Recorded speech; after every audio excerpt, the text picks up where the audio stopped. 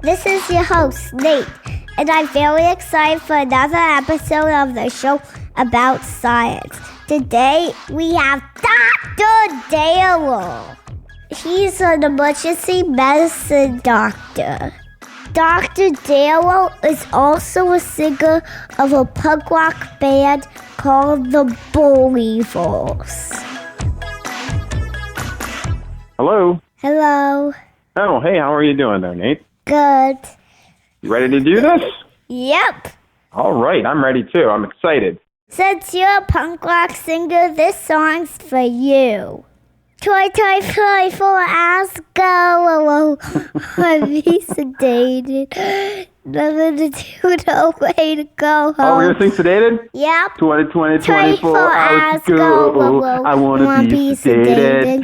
Nothing to do, no way to go. I want to be sedated. I don't sing that before we sedate patients. They don't want to hear that song.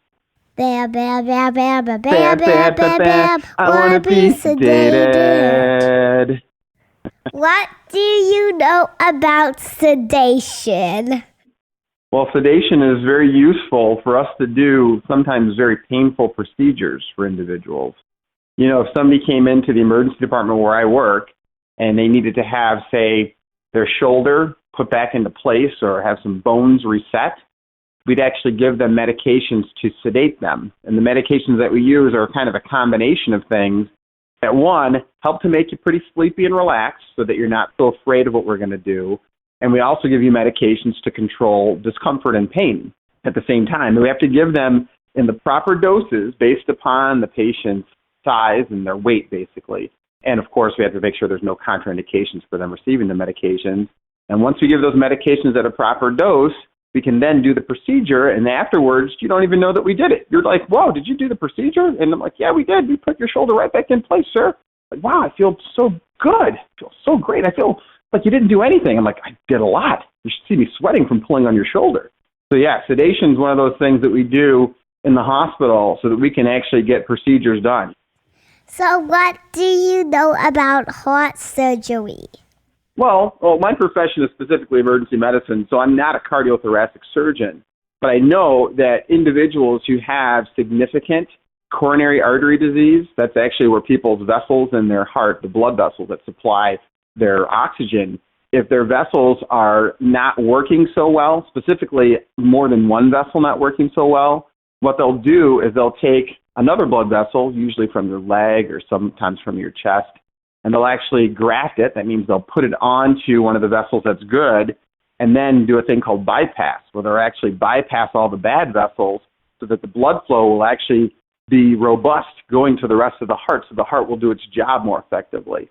Why do they take blood vessels from other parts of the body and put them into a place where the broken one is?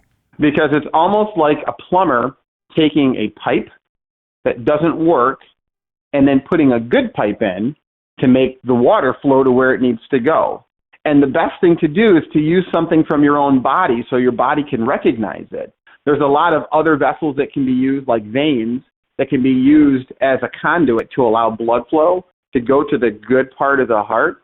And those veins are really redundant. You have a lot of different veins in your body that you can actually then use and still have enough veins for your body to do its job pretty effectively. So the surgeons can go in, find one of those extra little veins that you have, and use it to actually then act as a good pipe to pump all the blood to the good part of your heart so that those bad pipes aren't so clogged up anymore. What do you know about blood pressure? Blood pressure. Now, blood pressure is an interesting thing. It's there to help make sure that you actually deliver oxygen to all the parts of your body. You have to have a pressure that's perfusing your body. That means it allows blood to flow forward, okay? So as your heart beats, there's a certain amount of perfusing pressure that allows things to go all through the whole part of your body, from your head to your toes, to your fingers, all over. Now, if your blood pressure gets really, really high, what can happen is you can compromise how much blood flow is going to certain places, like your brain, like your heart, like your lungs, your eyes, your kidneys, all your organs. And that can make them start to fail because you need to deliver oxygen and all those nutrients to those cells to make them work. So one thing that's important is keeping yourself very active and healthy so that you actually keep your blood pressure very controlled. Now, if your blood pressure gets really, really low, that also inhibits the ability for your body to deliver all those wonderful nutrients to all your cells and oxygen at the same time. And if that happens, we can use medications to artificially raise the blood pressure, or even use fluid sometimes if the blood pressure is lost because of a loss of blood or a loss of volume because you're vomiting or having loose stools, those types of things. So blood pressure is a very important part of your body. As a vital sign, it's there to make sure that you have enough pressure to perfuse all those vital organs like your brain, your heart, your lungs, your kidneys, and all the organs we talked about. What do you know about? Here's a question for you. What do you know about the emergency department? Have you ever been to the emergency department? No. No, that's good. You shouldn't go unless you really have to be there, right? For bad emergency. You never had a broken bone or been really sick to have to go to the hospital. I mean, my mom's been there before. You've been there before? My mom has. Oh, your mom has? What happened? Why'd your mom go?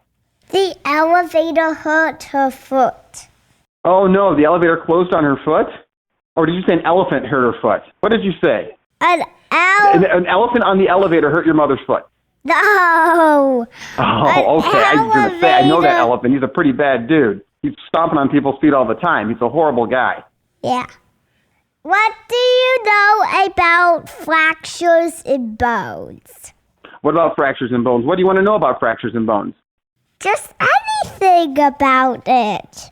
Anything about them? Well, one thing, they hurt, right? Definitely. So you take the bone and you break the cortex, and it doesn't feel very good. And there's different types of fractures that you can have. And the funny thing is, let's actually get some terminology really brought out there. People think there's a difference between a fracture and a break.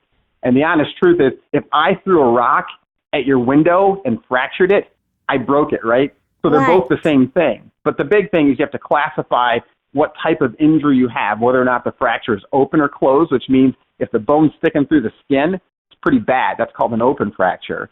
If it's closed, the skin's not broken at all. Why could a bone break through the skin?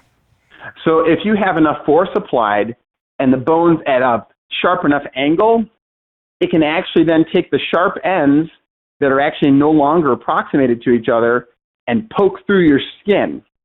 So if that happens, that can introduce bad bacteria into your bones and into the space where it needs to be cleaned out really well. So a lot of times a surgeon will have to then take that bone before they set it, open up the skin, clean it out really well. Antibiotics need to be given to the patient, and then they can reset the bone. There you have it, folks. The show about science is complete. Thank you, Dr. Daryl, for being on my show. Thanks a lot, man. Thank you, Nate. You're Appreciate welcome. it, man. There you can shut the recording off.